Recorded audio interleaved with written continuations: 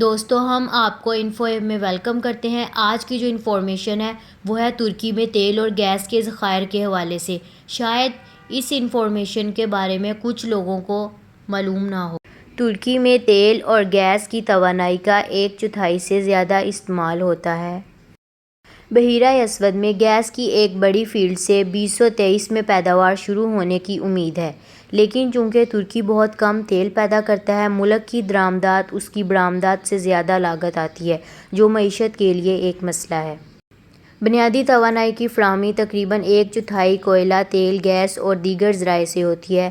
ملک ہر سال 50 سے 60 billion cubic metre قدرتی گیس استعمال کرتا ہے، جس میں سے تقریباً نصف روس سے درآمد کی جاتی ہے۔ 80% سے زیادہ آبادی کو گیس تک رسائی حاصل ہے اور یہ ملک کی نصف حرارتی ضروریات کو پورا کرتی ہے۔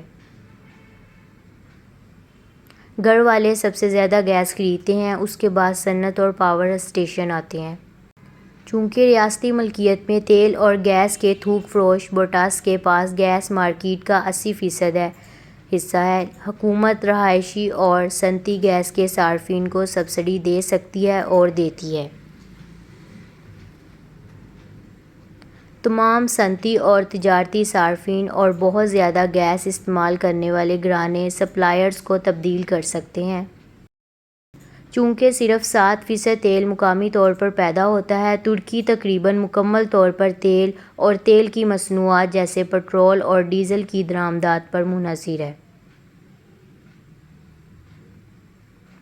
ملک کی سڑک پر چلنے والی گاڑیوں میں نصف سے زیادہ جل جاتی ہے اور ترکی سڑکوں پر نقل و حمل کے لیے مائع پیٹرولیم گیس کا دنیا کا سب سے بڑا صارف ہے۔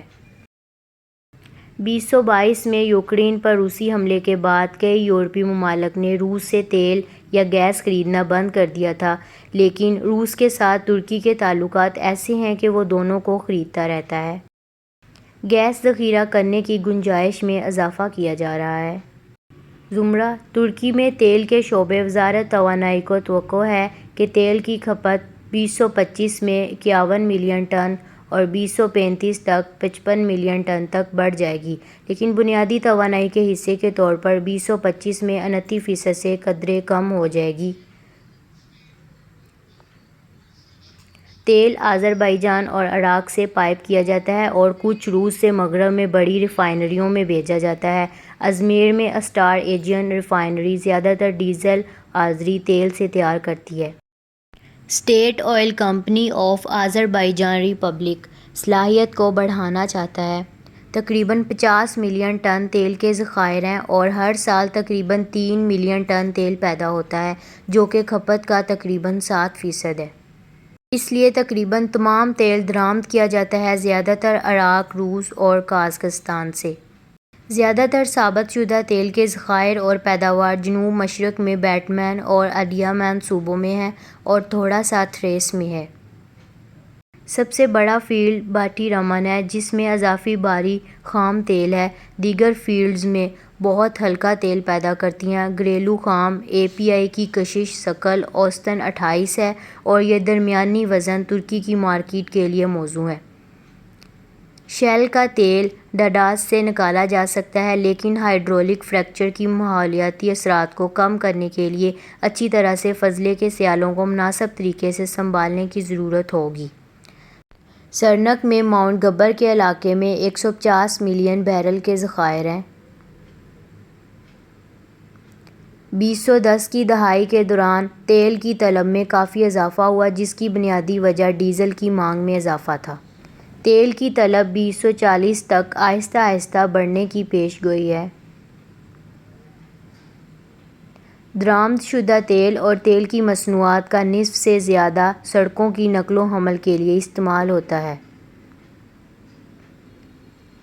امید ہے کہ ترکی کی آٹوموٹیو انڈسٹری سے مقامی طور پر تیار کی جانے والی الیکٹرک کاروں اور بسوں کی درآمدی بل میں کمی آئے گی۔ آذربائیجان میں پیٹرولیم کی صنعت سے زیادہ تر برآمدات ترکی سے ہوتی ہیں، کیونکہ ان کے ہلکے تیل کی عالمی منڈی میں اعلیٰ قیمت ہوتی ہے۔ ترکی تقریباً مکمل طور پر تیل کی درآمد پر منحصر ہے، کیونکہ صرف 7% تیل مقامی طور پر پیدا ہوتا ہے۔ پیٹرولیم مارکیٹ کا قانون سرمایہ کاروں کو دریافت اور پیداوار کے لیے مراعات فراہم کرتا ہے۔ بھٹی رمن میں تیل کی وصولی میں کچھ اضافہ ہوا ہے۔ خام تیل کے ساتھ ساتھ ملک تیل کی مصنوعات، ڈیزل، مائع پیٹرولیم گیس یعنی LPG اور پیٹ کوک یعنی سیمنٹ بنانے کے لیے درآمد کرتا ہے، اور 2020 تک توانائی کا درآمدی بل خام تیل کی قیمت کو قریب سے دیکھتا ہے۔ ڈیزل پر ٹیکس پٹرول سے کم ہے، اور یہ تجویز کیا گیا ہے کہ ڈیزل اور پٹرول پر ٹیکسوں کو ایک دوسرے کے قریب لایا جائے تاکہ درآمدات کو کم سے کم کیا جا سکے، کیونکہ پٹرول صاف کرنے کی کافی گنجائش موجود ہے۔ ٹپاؤ ریاستی ملکیتی ایکسپلوریشن اور پروڈکشن کمپنی، جو زیادہ تر تیل اور گیس کی تلاش کرتی ہے، نے 2020 میں سمندر کی تلاش میں اضافہ کیا۔ ترکی سڑک کی نقل و حمل کے لیے LPG کا دنیا کا سب سے بڑا صارف ہے۔ سلفر کا مواد عام طور پر زیادہ ہوتا ہے، اس لیے ریفائنریز کو بحیرہ روم کی ترسیل سلفر کی حدوں کو پورا کرنے کے لیے اپ گریڈ کیا جا رہا ہے، جو ممکنہ طور پر 2025 میں 0.5% سے کم کر کے 0.1% کر دی جا سکتی ہے۔ Kirkuk Ceyhan oil pipeline کی گنجائش 1.6 MBD ہے اور Baku Tbilisi Ceyhan pipeline 1 MBD ہے۔ یوکرین پر حملے کے بعد روس سے تیل کی درآمد میں اضافہ ہوا، اور کچھ کا دعویٰ ہے کہ کچھ کو ریفائن کیا جا رہا ہے اور ڈیزل یورپی یونین کو فروخت کیا جا رہا ہے۔ یورپی یونین نے 2023 میں روس سے تیل کی مصنوعات کی براہ راست درآمد پر پابندی عائد کر دی تھی، لیکن ترکی اب بھی روسی ڈیزل کو جلاتا ہے۔ نووروسسک سے تیل کے ٹینکر کورفیز اور الیاگا پہنچا رہے ہیں۔ اکتوبر 2022 میں روس کے بحیرہ اسود کے خام تیل کا تقریباً نصف ترکی کو بھیجا گیا تھا، لیکن یہ واضح نہیں تھا کہ آیا یورپی یونین کے تیل کی قیمت کی حد ترکی کو متاثر کرے گی۔ گیس کے ذرائع روس سے آنے والی گیس زیادہ تر استعمال ہوتی ہے، لیکن کچھ ٹرانزٹ غیر یورپی یونین بلقان کے ممالک ہنگری شاید 2024 تک مستثنیٰ ہے۔ آذربائیجان سے کچھ گیس یورپی یونین خریدتی ہے۔ تو دوستو، اب تک کے لیے اتنا ہی۔ اپنا خیال رکھیے گا اور چینل کو لائک، شیئر اور سبسکرائب کرنا نہیں بھولیے گا۔ شکریہ۔